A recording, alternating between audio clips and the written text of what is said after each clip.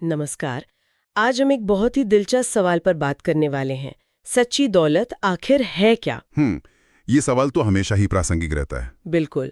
और इसे समझने के लिए हमारे पास एक कहानी है, सच्ची दौलत, मन की शांति और ईमानदारी। हाँ, इसमें हरिदास नाम के एक लकड़हारे का जिक्र है। जी। ईमानदार था, गांव में रहता था। और जंगल से लकड़ी काटकर मतलब अपनी रोजी रोटी चलाता था। सीधी सादी सी जिंदगी थी उसकी। जी, तो कहानी में कुछ मोड़ आता है फिर। हाँ, मोड़ तब आता है जब एक दिन जंगल में उसे कुछ मिलता है। क्या?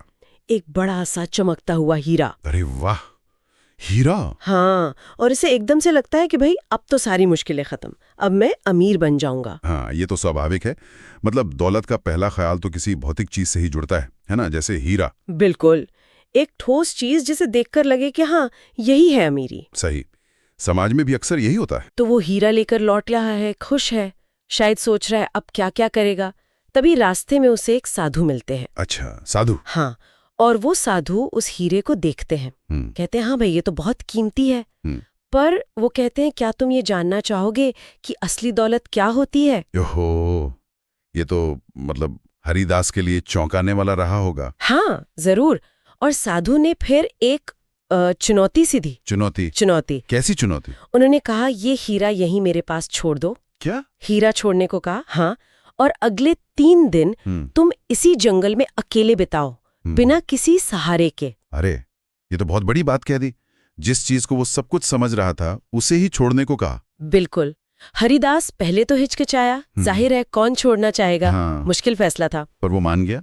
उसने हीरा साधु को दिया और जंगल में चला गया। 3 दिन अकेले। जंगल में? हाँ, अकेले। और जब 3 दिन बाद वो लौटा तो कैसा था? थका हुआ तो बहुत था, जाहिर है, पर उसके चेहरे पर एक अजीब सी शांति थी, एक ठहराव था। शांति?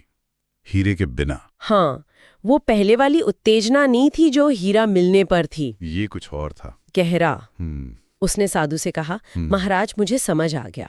क्या समझ आया उसे? उसने कहा असली दौलत तो मेरे पास पहले से ही थी। पहले से मतलब उसका सुकून, उसकी ईमानदारी, जो मेहनत करके उसे आत्मसम्मान मिलता था, वो। अच्छा। उसने महसूस किया कि वो जो हीरा था उसने तो उसे बस डर दिया, लालच दिया, एक बेचैनी सी दी थी। ये बहुत गहरी बात है। ये जो बाहरी चीजें हैं वो कैसे हमारे अंदर की शांति छीन सकती हैं, है ना? हरिदास का अनुभव यही दिखाता है। हाँ, वो एकांत के 3 दिन शायद जरूरी थे समझने के लिए। बिल्कुल। जब बाहरी चमक दमक हट गई तो अंदर की आवाज सुनाई दी। उसे अपनी मेहनत, अपनी ईमानदारी का मूल्य समझ आया। सही कहा, वो मूल्य जो हीरा नहीं दे सकता था। हाँ, बल्कि हीरे के लालच ने उस मूल्य को छुपा दिया था। फिर साधु ने मुस्कुराकर वो हीरा उसे लौटा दिया। लौटा दिया? हाँ, और कहा अब ये तुम्हारा है, तुम फैसला करो कि तुम्हें इसकी जरूरत है या नहीं। ये तो कमाल है। अब हरिदास के पास मौका था, वो रख सकता था, पर उसने नहीं रखा। तो क्या किया? उसने वो हीरा लिया और पास के मंदिर में दान कर दिया। वाह! ये दिखाता है कि वो अब हीरे का दुश्मन नहीं बना, बल्कि उसके सही मोल को समझ गया। हाँ, कि हीरा कीमती है पर उसकी शांति और ईमानदारी से ज्यादा नहीं। बिल्कुल। अब दौलत उसके काबू में थी, वो दौलत के काबू में नहीं था। सही। और फिर वो वापस अपनी उसी पुरानी मेहनत वाली लेकिन शांत और संतुष्ट जिंदगी में लौट गया। तो इस कहानी से जो मुख्य बात निकलती है वो यही है शायद कि सच्ची दौलत बाहर नहीं, हमारे अंदर है। हाँ, मन की शांति, ईमानदारी, संतोष, ये चीजें, इन्हें कोई छीन नहीं सकता। सोना, चांदी, हीरे जवाहरात तो आने जानी चीजें हैं। ये बात हमें सोचने पे मजबूर करती है। अगर सोना हीरा सच्ची दौलत नहीं, तो आज के जमाने में हर इंसान के लिए उसकी अपनी व्यक्तिगत दौलत क्या है?